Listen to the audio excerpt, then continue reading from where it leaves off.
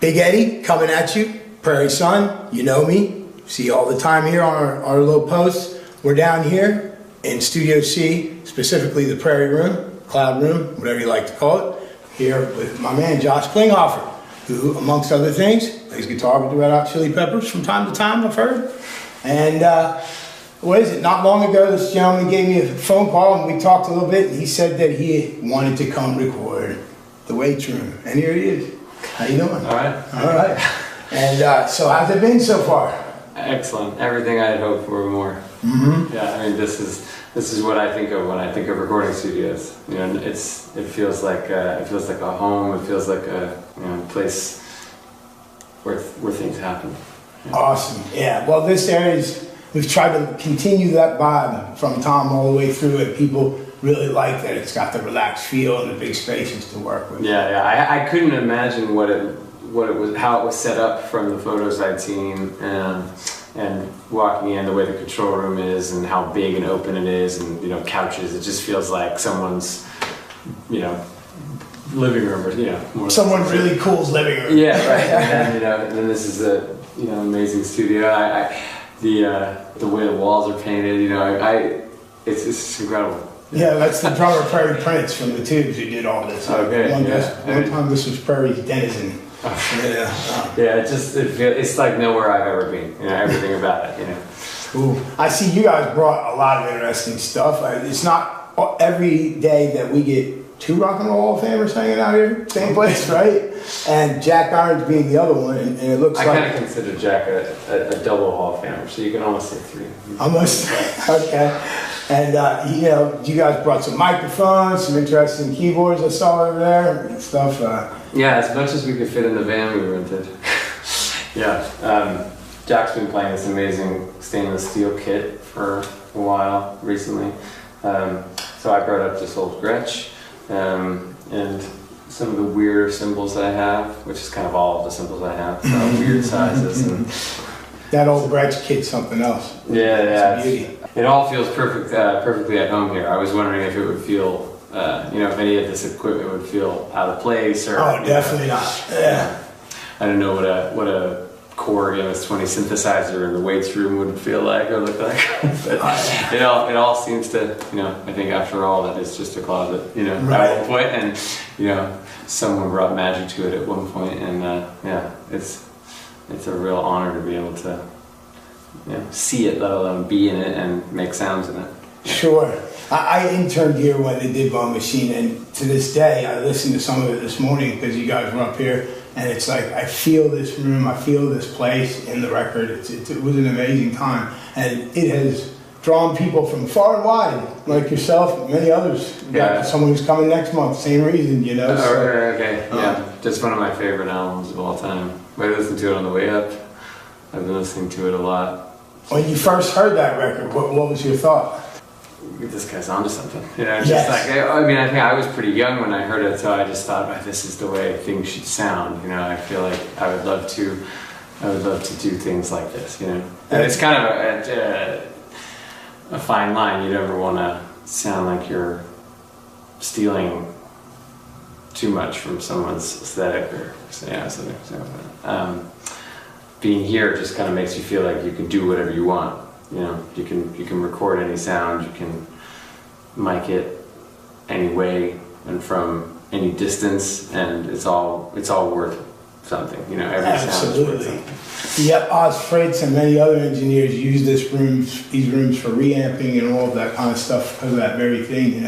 But really, what you're saying and what I'm seeing is physically also you can spread out and create spaces for stuff to happen. And so what is happening for you? I know you don't have an exact final idea of what you're doing, but what are you doing? Conjuring? Have you written stuff for this? I write a lot of stuff, and I don't finish most of it because I never quite know where I'm going to record it, or when, or with whom, or what it'll be called when it is recorded. But I've had a bit of a break this past year, and I started to feel like the break might be coming to a close, so I thought it was wise to get some of these things recorded, and my friend Jack Irons moved up to this neighborhood in the last year or so. And when we were on tour together a year ago, he was in the process of moving, and I thought, there's a studio up there that I'm dying to see. I think it's probably about 10 minutes from where you're moving. Would you record with me if I brought up a load of, songs, or ideas, or just grooves? Forms. Yeah, just things to work on. Would you like to work on something with me? And he said yes. And then, as I said, I didn't realize how late in the year it had gotten already. And I called you, and the weeks that we were looking at were available, and I couldn't be more. I feel so lucky. They were magically available. Yeah. Why we accommodate people? That's what we do. Yeah, thank you. I mean, it's been such an honor to be here.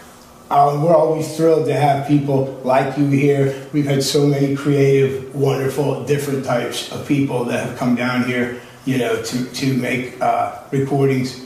Because they've heard good things about fRUSciante, or because of the waste room, or both. And it's something for me, having been around the scenes here off and on for years. It's a legacy. Like it's a great thing, And much like you said, I interned on those sessions. Like, I'd never been in a studio for many years. I thought that's how records were made. It took a long time for me to understand I'd probably never be on a session like that again. Yeah, well, even just records being made like they're made here with an amazing console, and the gear that's here, and the space that's here, inside and outside. Being able to come to a place like this to make your music or put your ideas down, people and bands don't get anymore, that luxury. And I've been really lucky in my life that I've had, some of my earliest recording experiences were still, in spaces like this, and in great studios, and with microphones like that one, and yeah, I've been really lucky. But yeah, Jack's son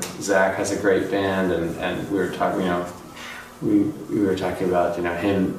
Have they experienced anything like this yet? And do bands nowadays, do they get to experience these kind of places? I hope so. I don't know if they do as much anymore as they used to. I mean, this used to be the way it was for everybody. Exactly, right. But yeah, I mean, again, I'll say it 1,000 times. I feel so lucky that this place is still here, and We're still exists, here. and allow the likes of me in here. Yep, that's a tribute to the owner, Luca, who's been doing it in and out through all kinds of stuff. I mean, Fantasy just closed down in Berkeley. I mean, this is a dying art form, owning one of these types of studios. And yes, fortunately, a lot of younger bands and people coming up who should experience this kind of thing have been coming through, getting that chance. Maybe not with the label budget where they can sit here for a month and do it, but they get in for their week, and people love being here. And I know I do too. I've recorded here as well, and I love it. Yeah, it's a part of the world that I wasn't even that familiar with until a couple of years ago. And I'm from down south in this state, and from that way. Yeah, that way. There. And yeah, I spent a little bit of time here a couple of years ago, and it's incredible. Yeah, so the fact that this is here, and it's amazing. Awesome. Yeah. Thanks. We're really glad to have you. Thanks for having me. I mean, it's a wonderful thing when creative, awesome folks come through. Yeah, you haven't seen the last of me. Nice. Well, we'll keep our doors open.